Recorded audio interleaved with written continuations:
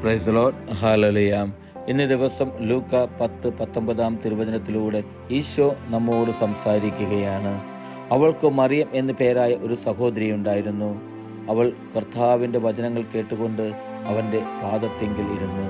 പ്രിയപ്പെട്ടവരെ, ഇന്നത്തെ തിരുവചനത്തിലൂടെ നമുക്ക് കാണുവാൻ സാധിക്കുന്നത് വചനം കേട്ടുകൊണ്ട് ഈശോയുടെ പാദത്തെങ്കിൽ ഇരിക്കുന്ന ഒരു വ്യക്തിയെക്കുറിച്ചാണ്.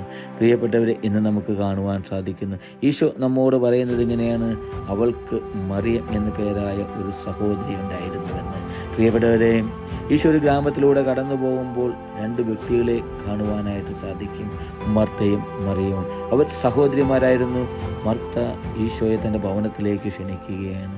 ഈശോയെ ഭവനത്തിലേക്ക് ക്ഷണിച്ച ആ മർത്ത അവളുടെ ജീവിതത്തിൽ കാണുവാൻ സാധിക്കുന്നത് ഈശോയെ സൽക്കരിക്കുന്നതിനുള്ള ആകുലതയിലും വ്യഗ്രതയിലും ഉത്കണ്ഠയിലുമായിരുന്നു.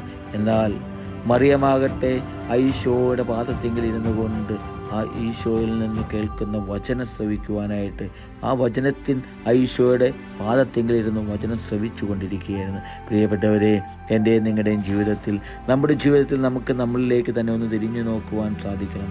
മർത്തയെപ്പോലെ ഞാനും നിങ്ങളും വ്യഗ്രതയിലാണോ, ഉത്കണ്ഠയിലാണോ, ലോകത്തിൻ്റേതായിട്ടുള്ള അല്ലെങ്കിൽ അസ്വസ്ഥത നിറഞ്ഞൊരു ജീവിതത്തിലൂടെയാണോ ഞാനും നിങ്ങളും കടന്നു പോകുന്നത് എന്ന് നമ്മളിലേക്ക് തന്നെ നമ്മളൊന്ന് തിരിഞ്ഞു നോക്കണം. പ്രിയപ്പെട്ടവരെ, അതോ മറിയത്തെ പോലെ ഈശോയുടെ പാദാന്തികത്തിൽ ഇരുന്നു കൊണ്ട് വചനം ശ്രവിക്കുന്നവരാണോ, ഈശോയെ കേൾക്കുന്നവരാണോ നമ്മളെന്ന് നമ്മളിലേക്ക് തന്നെ ഒന്ന് തിരിഞ്ഞു നോക്കണം. പ്രിയപ്പെട്ടവരെ, എൻ്റെയും നിങ്ങളുടെയും ജീവിതത്തിൽ ഈശോയാകുന്ന രക്ഷകൻ്റെ ആ ഈശോയെ സ്വീകരിക്കുവാനും ആ ഈശോയെ ഹൃദയത്തിൽ ഏറ്റെടുക്കുവാനും എനിക്ക് നിങ്ങൾക്കും സാധിക്കണം. പ്രിയപ്പെട്ടവരെ, അരക്കച്ച അരയോട് ചേർന്നിരിക്കുന്നത് പോലെ എനിക്ക് നിങ്ങൾക്കും ഈശോയോട് ചേർന്നിരിക്കുവാൻ, ഈശോയാകുന്ന രക്ഷകനിലേക്ക് കൂടെ ചേർന്നിരിക്കുവാൻ, ഈശോയാകുന്ന ആ വചനത്തെ മുറുകെ പിടിക്കുവാൻ എൻ്റെയും നിങ്ങളുടെയും ജീവിതത്തിൽ സാധിക്കണം.